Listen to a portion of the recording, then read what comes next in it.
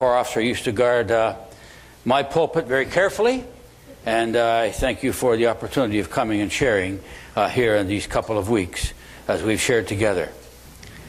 I want to read from Scripture, the parable of the talents found in Matthew chapter 25. It reads like this. Again, it will be like a man going on a journey who called his servants and entrusted his property to them. To one he gave 5 talents of money, to another 2 talents, and to another 1 talent, each according to his ability. Then he went on his journey. The man who had 5 talents went at once and put his money to work and gained 5 more. So also the one with the 2 talents gained 2 more. But the man who had received the 1 talent went off, dug a hole in the ground, and hid his master's money. After a long time, the master of those servants returned and settled accounts with them. The man who had received the 5 talents brought the other 5. Master, he said, you entrusted me with 5 talents. See, I've gained 5 more. His master replied, well done, good and faithful servant. You've been faithful in a few things. I will put you in charge of many things.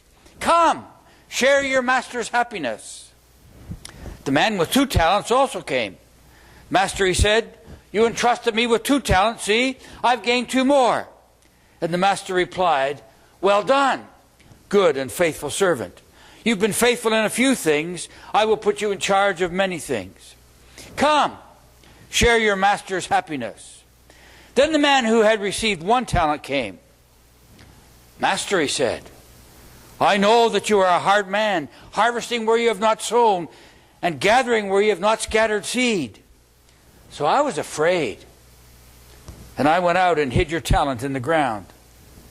See, here it is, what belongs to you. His master replied, you wicked and lazy servant. So you knew that I harvest where I have not sown and gather where I have not scattered seed. Well then, you should have put my money on deposit with the bankers, so that when I return, at least I would have gained some interest. Take the talent from him who gave it to the one. Take the talent from him and give it to the one who has 10 talents. For everyone who has been given more and will have an abundance. Whoever does not have, even what he has, will be taken from him. And throw that worthless servant outside into darkness, where there will be weeping and gnashing of teeth. We're in the midst of the reality show season on televisions, aren't we? You can do everything. You can spend your whole day. I have a son who spends his whole day almost watching every woodworking show that goes on. And he calls all the guys by names and he learns a few things. We can go on YouTube all the time and see little clips of people with amazing talent. Do you remember Paul Potts? The slovenly guy who went up, big guy, onto the one in the UK, and he said, I'm going to sing opera. And the judges laughed at him until he opened his mouth. And very quickly, that became a YouTube hit. And Paul Potts is now a world-renowned opera singer. America's got talent. Canada's got talent. And this morning, I want to tell you, Knox got talent. Did you know that? Knox got, you saw it this morning, didn't you? You accept it and you believe it.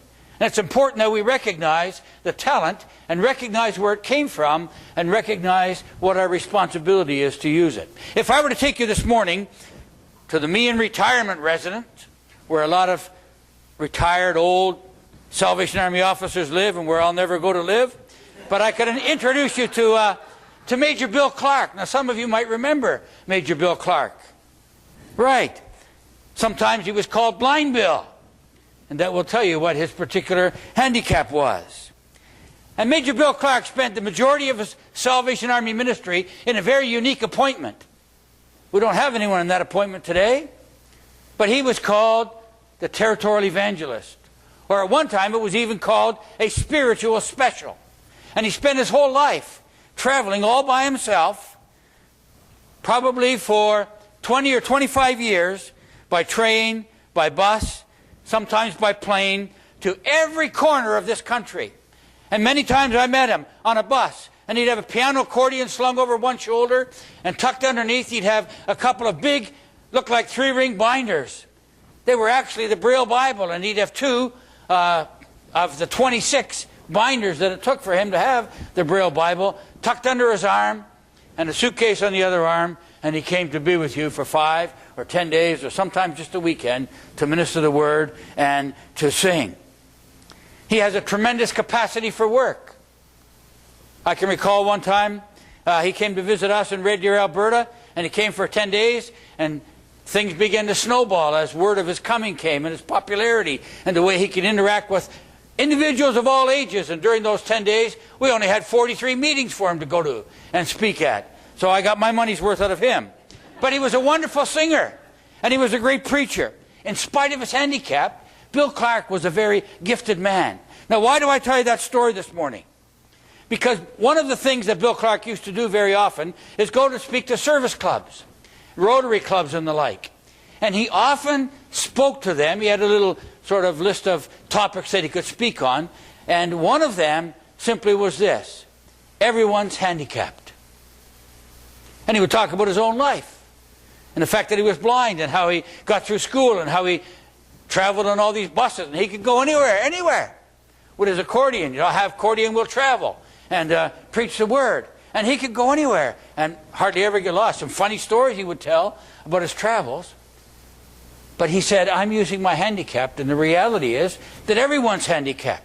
And I remember very clearly hearing him speak on that particular topic, and during the course of his address, he would also say, it's important for us to recognize and to realize that everyone is talented.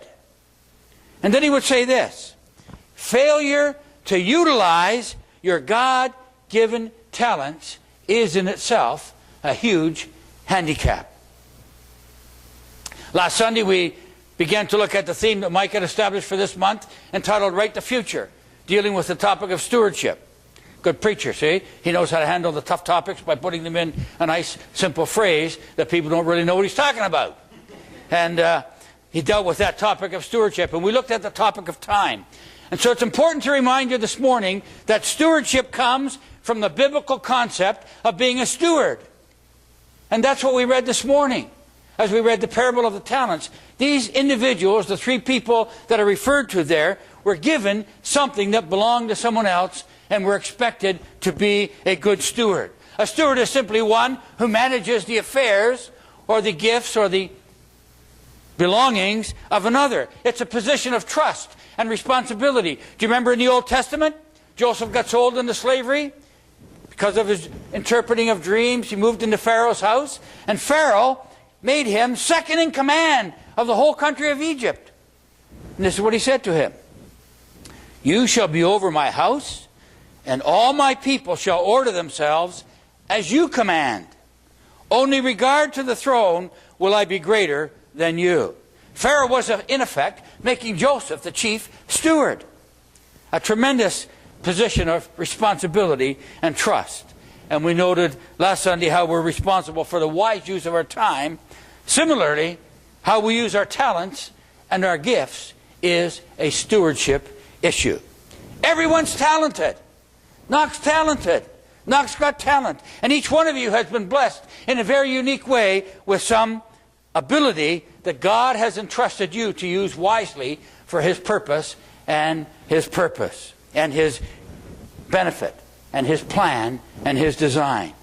He gave it to you. You're called to be a steward of those talents, because as we serve Christ and as we serve the church, we utilize the talents and the abilities and the spiritual gifts that God has given to us. Now this morning we read that parable of the talents. And I want to confess, that's not the easiest parable to understand in Scripture. The NIV from which I read it talked about a talent of money. And indeed, a talent, by definition in scriptural times, was a weight. So depending on what the weight was, or what was making up the weight, whether it was gold or silver, or whatever that particular weight was, it signified how much money and what that particular talent was worth. It's difficult to understand. But someone has paraphrased it. Paraphrased it, simply called the talent show. And I want to read you that story.